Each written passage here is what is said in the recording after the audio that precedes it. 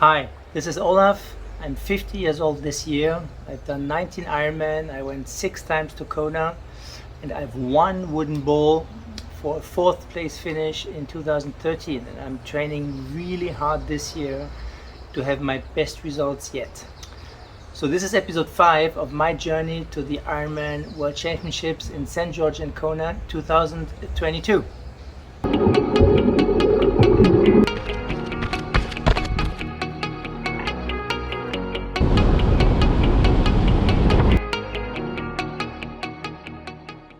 We're now 5.5 weeks away from Ironman St. George, so we're getting closer. I'm taking a few days easy before the next big block. After my race in Puerto Rico, the 70.3 10 days ago, and then a week of over 20 hours, and felt also a little bit of tiredness at the end of that. So now we're having a few days easy. I had one rest day. We're taking just a few smaller easier sessions before really starting the last block. There will be some quite hard sessions in the build up to St. George, and it's definitely getting to the grip of it. So it's not easy. I actually hate the easy stuff, the easy days. I sleep less well. I have to admit that it's not something that I like at all. To some extent, the anticipation also is increasing at the moment. There are more YouTube videos about the course, etc. I'll talk more about that later.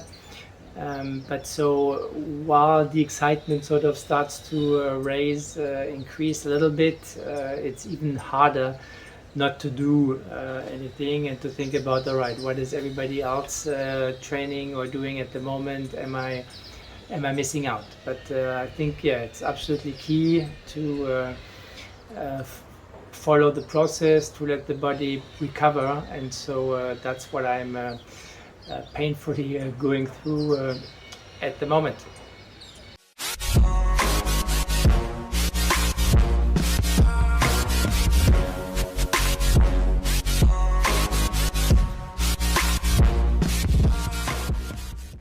So today I would like to talk about the Ironman puzzle and how do you actually get together the training, the sport that you need to do to perform in an Ironman, as well as family and the job.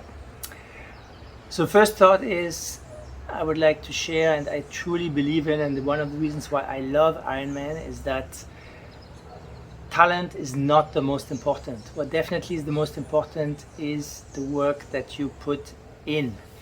I'm just reading a book called The Outliers, which also gives plenty of examples that what is the most important is the opportunities that you have and that the time that you put in to develop a talent. They mention actually something that is 10,000 hours that you need to really become an expert at something, and that works for everything, whether it's sports, music, or other things. So when I think about Ironman, I've been doing this now for 13 years. I'm not yet at 10,000 hours, so maybe I'm at 7,000, I would guess. So there's still room for improvements, and so I'm quite excited about this. Now the bad news in terms of this Ironman puzzle is clearly that you cannot have it all. I don't believe in the fact that you can really perform, or I know that it's not possible to really perform in an Ironman without some very specific history by just training 10 or 12 hours a day. Just not possible. It doesn't work. So maybe some people are either super talented, or they come from other sports. Like there's lots of rowers recently. I think about one rower, age grouper. He has recently, he was an Olympian, but he has recently done his first Ironman in Hamburg at 8 hours 12, I think.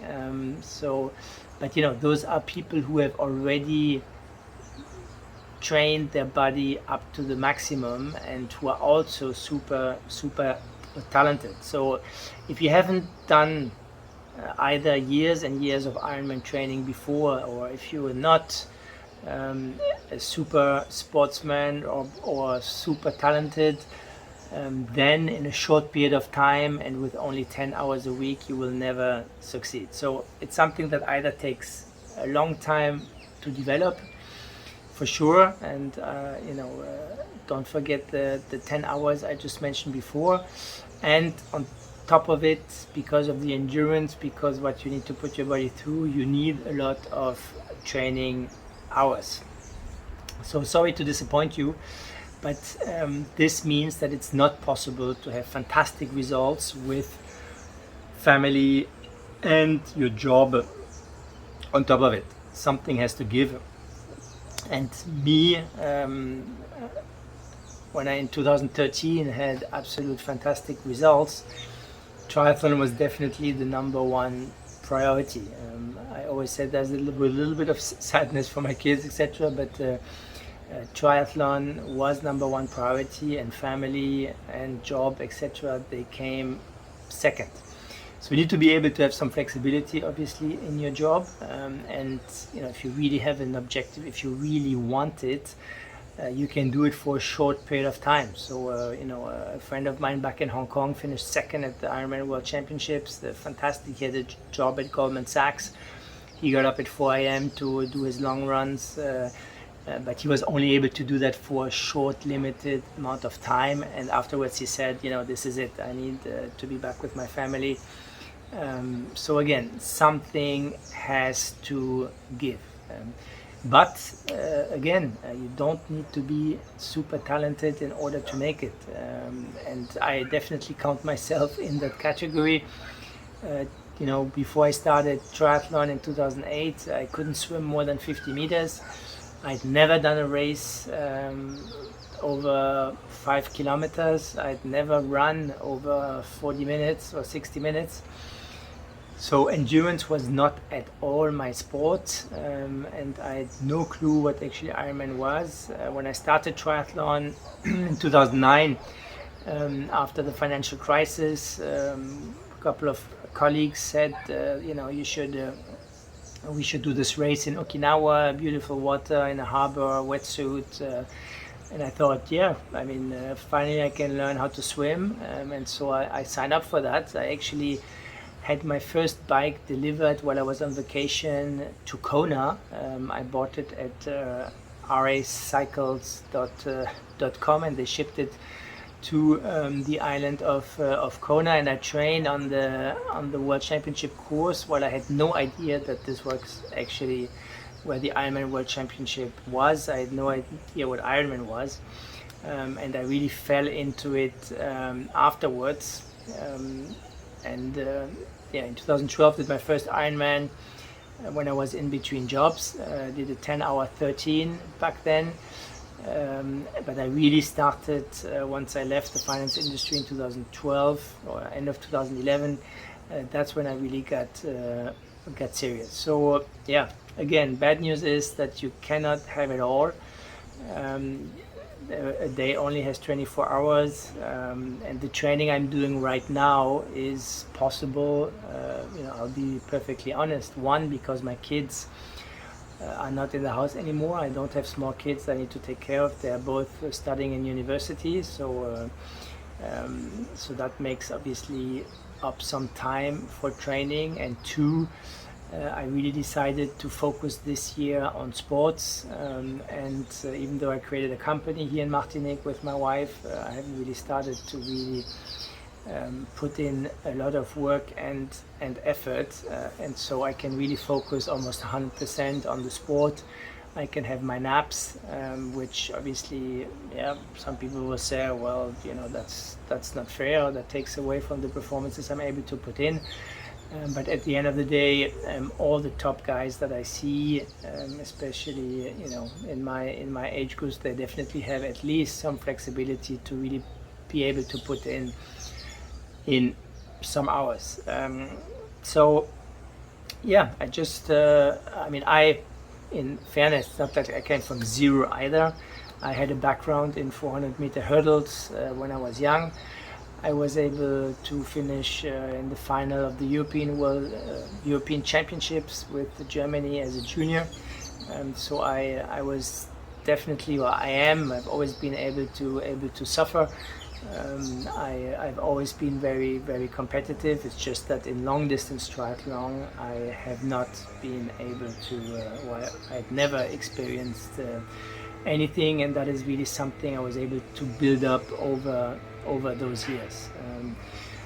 And the last thing is really what I want to mention is the commitment and the motivation, which is absolutely key. I mean, the pros for them must not be easy, but really having that hunger to put yourself through the training day in, day out, and really have the hunger to perform on race day and to make yourself suffer is something that is definitely not easy.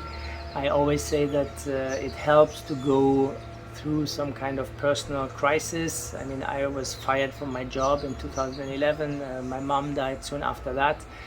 So this really gave me the wish to make myself suffer more than at any time before.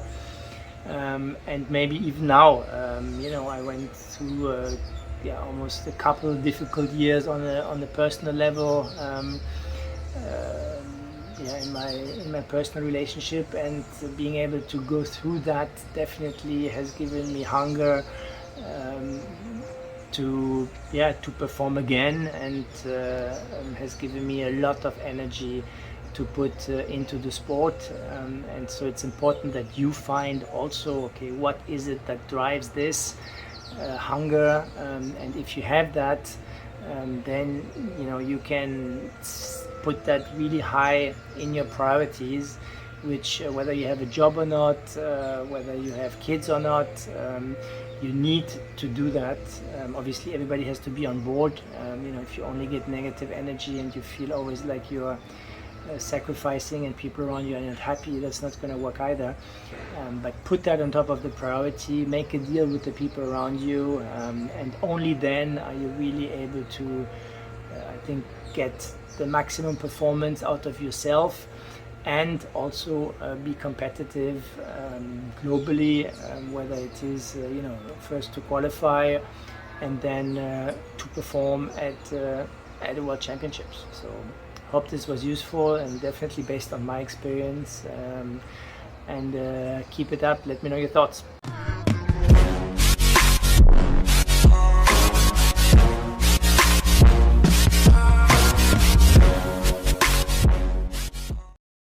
Thanks a lot for watching. If you made it this far, you probably need a star or a thumbs up. If you like it, please subscribe. Please give me a thumbs up. Let me know what you think. Should be shorter, longer? What are the topics that you would like to hear about? Always appreciate constructive feedback. I'm really enjoying the process. I think it also helps me to get better and hopefully get the results that I'm looking for. So thanks again, appreciate it, and stay tuned.